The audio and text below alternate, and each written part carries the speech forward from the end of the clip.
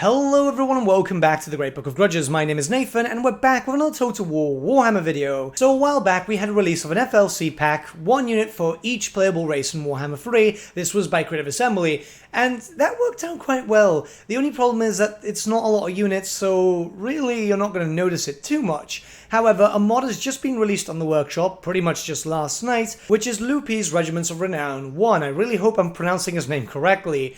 And this adds in a bunch of units for pretty much every faction, so let's not waste any more time and check them out. We're going to start off with Grand Cafe, with the first unit being the Harmonious Sky Host of Wei Jin. These are great Longmar riders, and the reason why they're so good is for a number of reasons. First up, they've got harmony to both Yin and Yang, so they are a true neutral unit and they can buff up any unit that they're near, which I think is absolutely great because they're fast, they're able to fly around. You can have them being supportive units, better yet said. But it's not only that, you know, they're also able to missile mirror, they're also able to do some damage reflection. They're just generally quite good overall. You can see their stats on screen right now being anti-large. They're also quite heavily armored.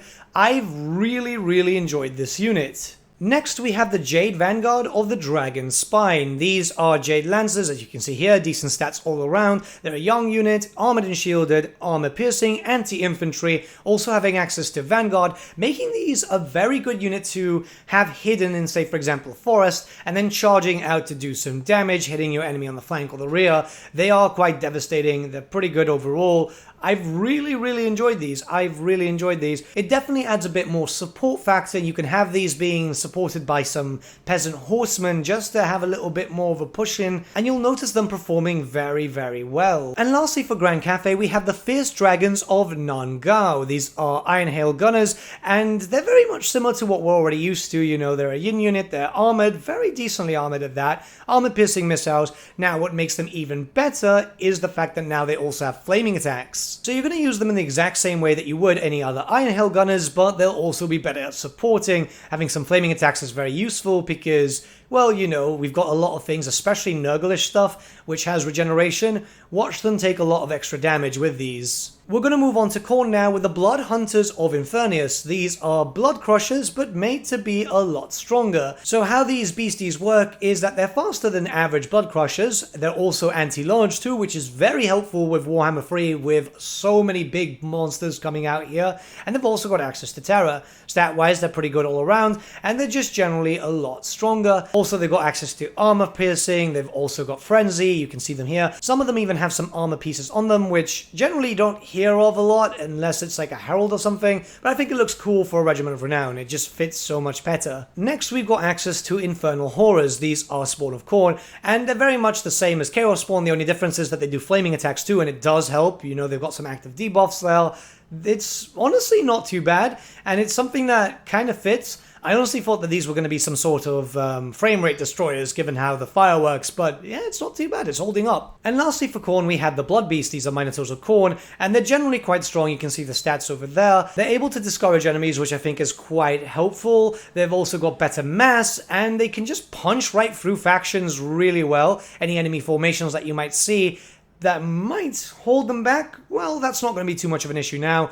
I think this is probably the best way that they've been represented. They've also got a little bit of regeneration, which I think is quite nice. It adds to them being quite violent, and obviously, if we're going to see a sort of beastmen elevating to some level of prestige, they should honestly do a lot of damage, because that's kind of how the lore works. We're moving on to the Kislevite ones now, and first we have the Walls of Goro Madney, and these are really good. So they're stealthy, but with really long range. They've also got suppressing shot, which allows them to slow down enemies. It's absolutely fantastic. They're able to stalk, snipe, vanguard, and they've got a lot of anti-large and melee.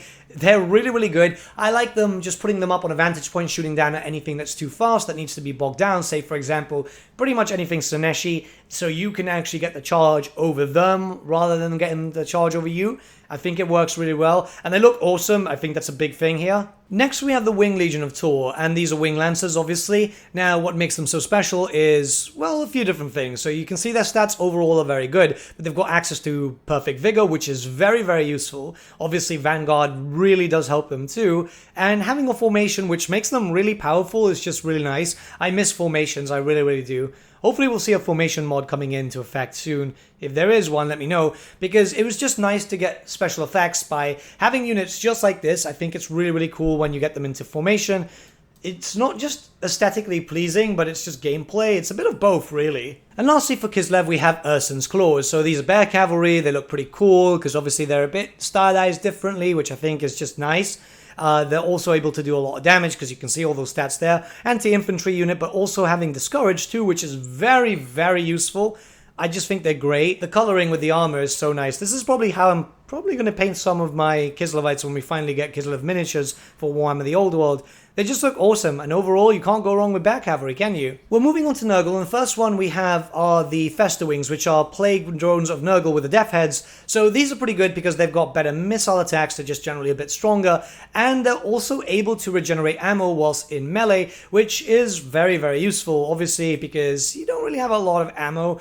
And the death heads do a lot of damage. The coloring's also very nice. It's something that you kind of see this type of coloring when it comes to White Dwarf magazine. The whole purple and green looks really, really good. I know I'm here mostly for Total War, but you know, tabletop. Anyways, as you can expect, armor piercing, anti-large, poison attacks, it's the whole shebang. They're very, very useful, and I really enjoy using them. Because of the heat wave, I was pretty much playing all night last night, so I was able to use them quite often. Yeah, it's getting a bit rough down here. Next we have the Nurgle Skin Riders. These are Marauder Berserkers, and apparently the modder says that this was inspired by the Malice Darkblade novels, which I think is really, really cool. So what they are is a pretty strong top hit. They're able to stay alive and do a lot of damage. I think it's pretty cool, mostly because it still fits with the theme of Nurgle right now, which is very much on a top hit form, but still able to do some damage. Overall, really good stats. You see here that they're anti-infantry, they've got poison attacks, they're also aquatic too.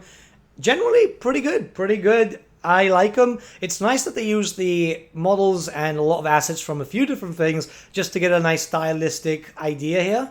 And lastly for Nurgle, we have the Knights and Tropics. So what these aren't Chaos Knights, but rather they're Forsaken of Nurgle, but mounted on steeds. And they've got anti-large attacks. They're supposed to be a cross here between Chaos Knights with Lancers and Forsaken. At least that's what the modder is interpreting. And I think that's pretty interesting, because obviously it's a unique unit. Decently armored too, able to do quite a decent amount of damage. Fast for Nurgle, yeah, I mean, that's a lot of speed.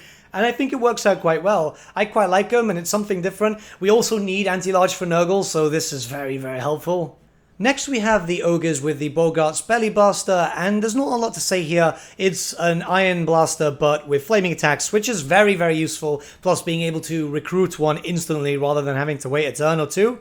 Perfect, there's not really any problems here. Now we do have something very unique here, which are the nasty groin biters. These are Noblar trappers, but like never we've seen before, as they're riding on chariots being pulled by battle kitties. They still have access to Noblar traps, but they're anti-infantry, they cause fear, they do a lot of damage, and they do flaming attacks too with the range stuff. So you've got a lot of versatility with this type of unit, and it is definitely able to do a lot of damage. I've used them before, they're very fast at moving around too. Positioning is going to be very easy to deal and just charge into other stuff. It's really, really good. It's actually really impressive. And lastly for the Ogres, we have another unique unit known as the Firemouths. These are Iron Guts, but as you can tell, very, very different. Overall, very good stats, but they do have access to flaming attacks, and they're also able to have a magic missile, which you can see down there. They're very, very strong, and they look cool, and it's kind of like, what if there was a Firebelly that ended up becoming a Iron Gut, or a Firebelly took a unit of Iron Guts and decided to teach them in the ways. It's something very curious. I don't know how exactly this would work in lore, but screw the lore here, this just looks really, really nice. Moving on to Sennash, we have the Hunters of Sennash. These are Heartseekers with anti-large and perfect vigor. So we already know that Heartseekers are just absolutely wonderful. Like, they do a lot of damage. So yeah, just imagine them just being able to take down a big beastie, like say a Great Unclean One, and always having perfect vigor is just fantastic. I really like this unit. Next we have the Stalkers of the Veil, and these are fiends but very, very strong. You see, they've got Stalk, they've got Terror, they've got Vanguard, but they can Rampage. However, I've really enjoyed using fiends in my armies. I love them. I think it's mostly just tied to the fact that their animations are so cool. So yeah, you want to be able to use these. It's good for ambushing, it's good, the terror is fantastic if you can get a charge in the rear too with devastating flanker. You've got so much for this. They are able to do quite a decent amount of damage and outpower basic fiends quite easily. And lastly for Sennash we have the Elf Harvester. This is a soul grinder but better than the ones that we currently have for Sennash, as it does have a missile attack, it's very very strong, and it has contact rampage effect. These are just so good. It's a shame that we can only get one of them because, well, yeah, Sennash kind of misses the range a little bit. This is very good for armor, which is very helpful, but a little bit of range for Sennash would be absolutely perfect. I've said this in multiple videos before, and you can really notice it just with the one unit. And now we're in the last faction with Tzeentch. So first we have the Blazing Sky Reavers. These are burning chariots of Tzeentch, and they're going to work exactly the same way, but what sets them apart is the fact that they have 4 models, which means that their damage output is going to be incredibly high. The only thing is that they will also be easier to target, so you have to make sure you know where to position them so they're not getting shot down by Cathayans or Kislevites or anything, but trust me, big damage. Next we have the Knights of the Eagle. So these are Doom Knights, however they are much more stronger because they have access to 3 bound spells. You can see them there. They're able to do a lot of damage with these spells because, well, you know, Tzeentchian magic is quite strong overall. They've also got access to armor piercing, so I think this works out quite well. You're going to want these, especially for, say, for example, when you're doing rifts or you're doing big battles, because, yeah, I mean, you can't go wrong with having some bound spells doing a little bit extra firepower, can you? And the final unit are the Order of the Eye of the Monchakai. These are dismounted knights and very strong. You see, they're unbreakable. They're able to do a lot of damage in melee, and not only that, but if they get too low on HP, you can transform them. You see, you've got an active ability over there. And overall, I mean, we kind of needed a unit like this in vanilla. Not just like this powerful, obviously, I mean like a generic unit, because it's some anti-large and it always does help.